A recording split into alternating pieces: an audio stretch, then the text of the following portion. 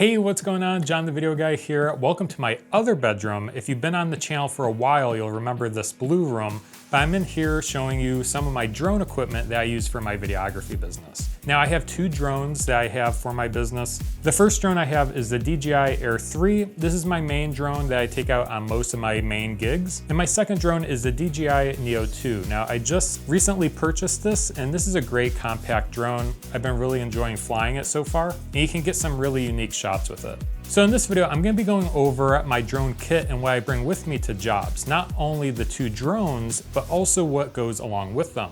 As a videographer, and especially if you're a new drone pilot, there are some accessories that can come with drones that I found really helpful. So be sure to stay tuned and let's dive in and see what I bring with me.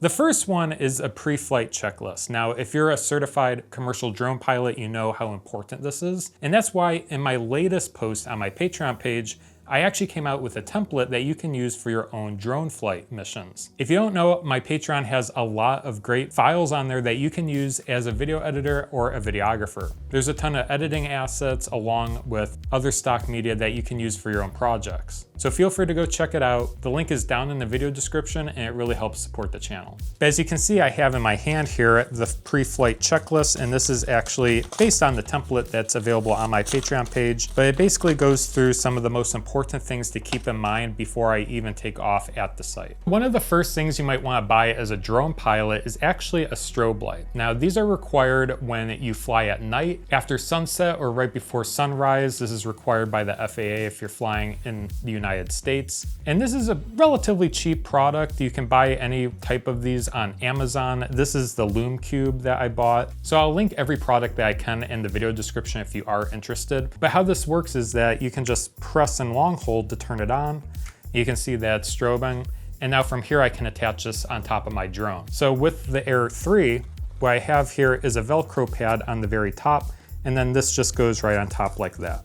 That way, once I fly, I have a strobe light that other manned aircraft can see from above. So for the Neo 2, you need a little bit different of a setup when you want to fly at night or even to just fly in general. If you've been studying for the Part 107 exam, you might have come across a thing called remote ID. And this is kind of like a digital license plate for your drone. Now, when it comes to remote ID, most modern drones have it built into the software, such as the Air 3, and it emits remote ID automatically. Now with the Neo 2, it doesn't automatically transmit remote ID, so you need a broadcast module that can sit on top. And so I bought this Hollyton remote ID transmitter that can go on top. Similar to the nightlight, it can go right on top. You turn it on, and there's an app that you can link it to, and that way you know how strong the signal is, if it's operational or not. And it also has a strobe light on top, which is nice for nighttime operations. So that's great if you're flying at night, but what if you're flying during the day, which you're probably most likely are. Now, if you're flying during the day, one crucial piece of equipment you probably need as a drone pilot are ND filters. Now, I bought a pack for my Air 3. They range from ND 8 to 64, and they come in handy, especially when you're battling sunlight and if you're going in and out of shade. Now, these just attach to the end of the camera, so you can see there's 4 different ones in there.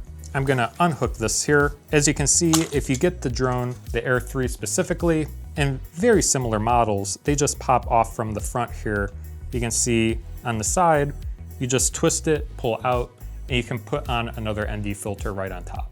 All right, so one common thing that I like to bring with me on a drone mission is an iPad. And an iPad can be very helpful to see different information when it comes to your flights. And there are a few apps that I like to download for my drone missions. The first one is a flight radar, where it shows other aircraft in the vicinity of where you are.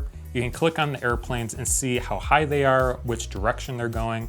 It can be very helpful when you're flying your drone.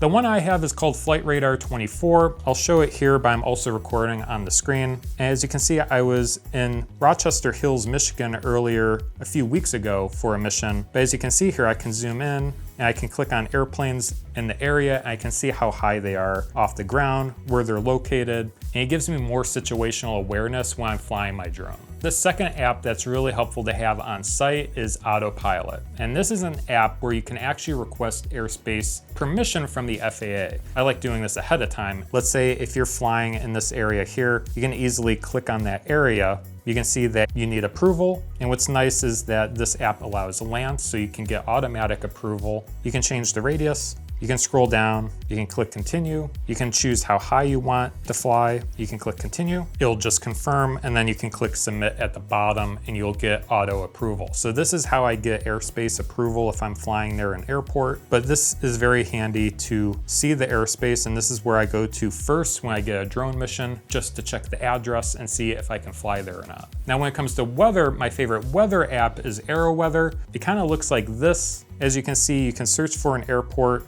and it gives you the METAR and the TAF report. But what's nice about this is that you can decode it. So even though we learned how to read that, you can always go to the decoded tab. You can see exactly the visibility, the wind, the temperature, and all the crucial information that you need for your flight. When it comes to actually monitoring air traffic and listening in, let's say if you're near an airport or you're in a high traffic area, I recommend getting a radio and actually listening to local air traffic that way. There are apps that you can download similar to the different apps on the iPad, but I found that there's a delay. So I think the safest option is getting a radio. Now this isn't necessary, but if you are near airports, it can be very handy. So I'm just gonna turn it on and show you. By default, I have it set to civil air, so you can see it's scanning the airspace and it's gonna try to keep scanning until it finds a frequency. So as you can see, it found one. I'm just gonna turn that down for now since it's static. But if you are in a very crowded area with a lot of air traffic, you are gonna pick up a lot of different signals. So let's talk about taking off and landing. So there's a few different ways that you can take off and land using a drone. Now the Neo 2 makes it very easy where you can just literally launch from your hand and catch land it. The Air 3, you can do kind of similar. I like catching it for landing with the Air 3, but launching, I usually launch from a pad or some type of solid surface, never from grass or sand. That's not recommended because it can damage the propellers, or sand can get up into the drone if you're launching from like a beach. But anyways, I recommend getting landing gear because you never know where you're gonna be landing or launching from. And this comes in handy. This is just probably $20, maybe $30 most on Amazon. But I'll just expand it so you can see it.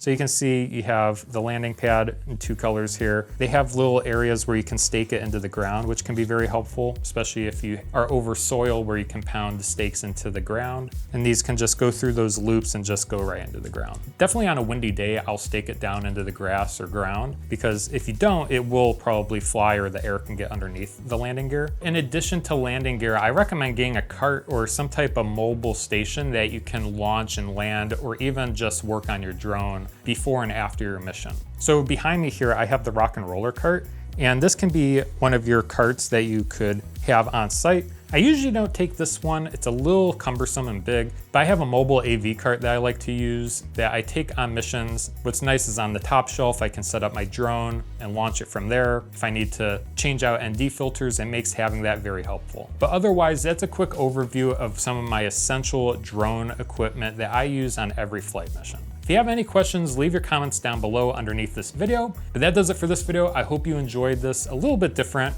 and we'll see you guys in the next one. Take care.